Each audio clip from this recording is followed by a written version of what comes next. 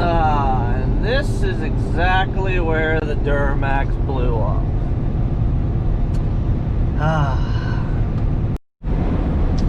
So yes, the Duramax is still blown up, but I did manage to get the passenger side cylinder head off last night, and I posted a picture on Instagram of pulling the head off.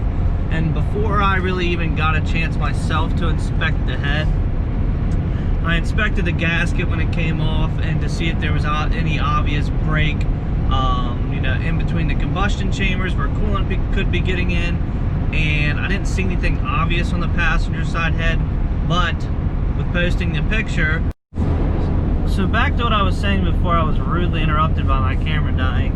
I was saying that I posted the pictures on Instagram of me lifting the head out of the engine bay with an engine hoist, and then the head down on the tailgate.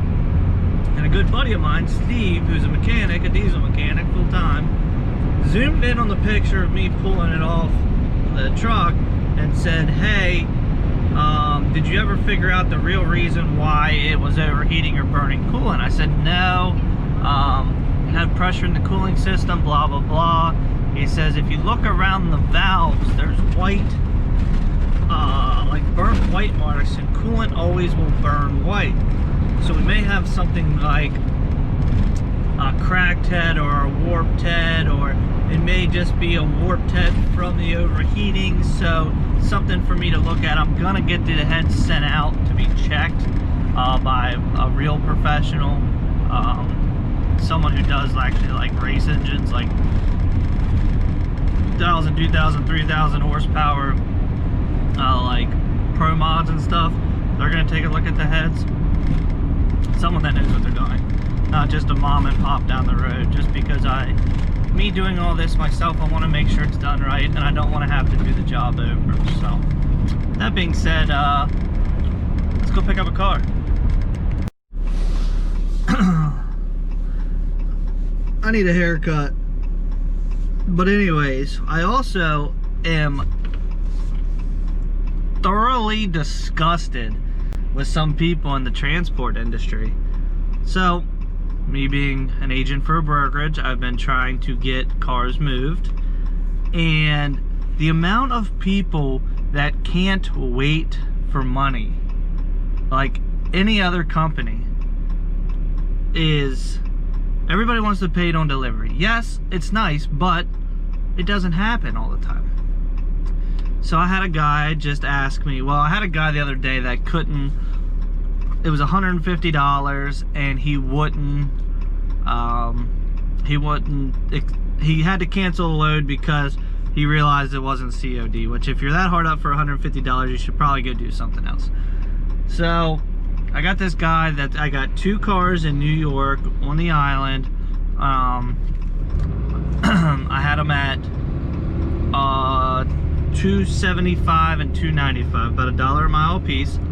And the guy said we can get them both moved for $700, which bumps them both up to $350, which is a good deal.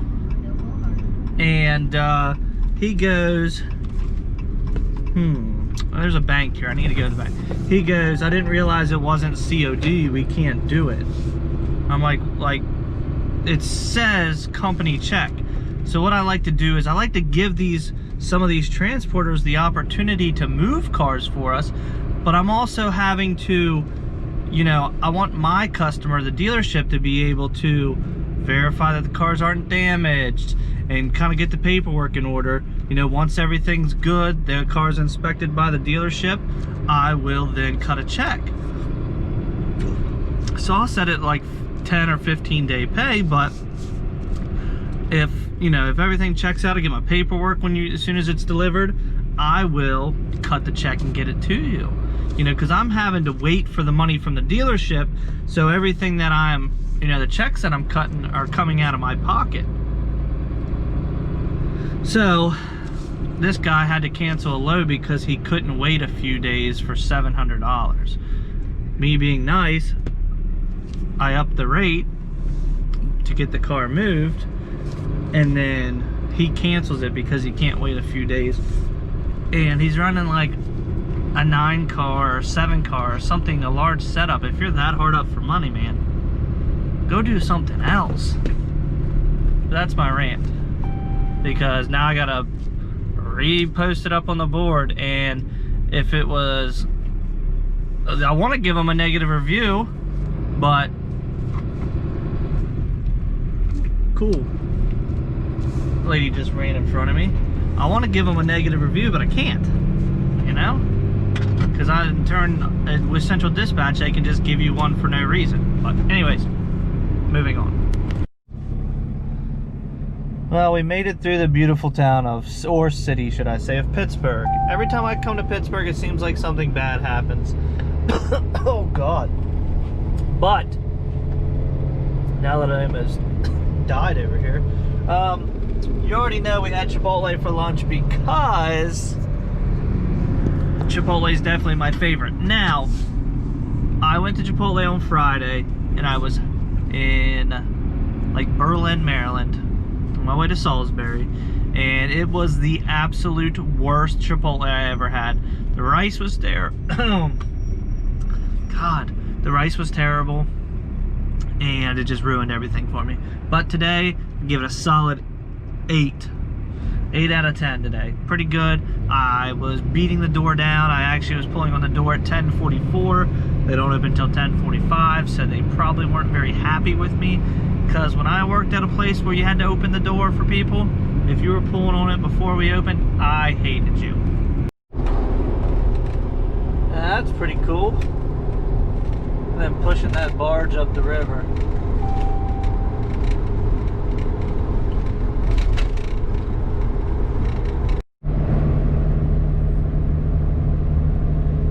Look at that sunset. Beautiful, beautiful out here in Pennsylvania. Let's get over this hill. There's the mountains. See that highest peak over there to the right on the mountain? I live right below that.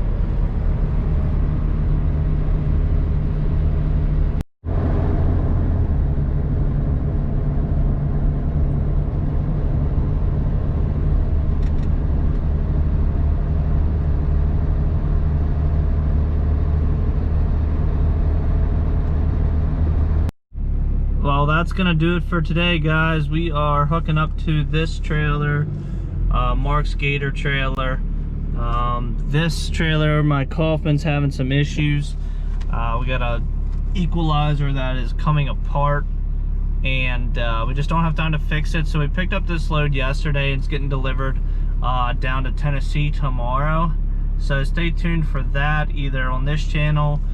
It'll probably be mostly on the main channel, because I'll show some load securement and everything. But let me get hooked up to that, and I will see you guys tomorrow.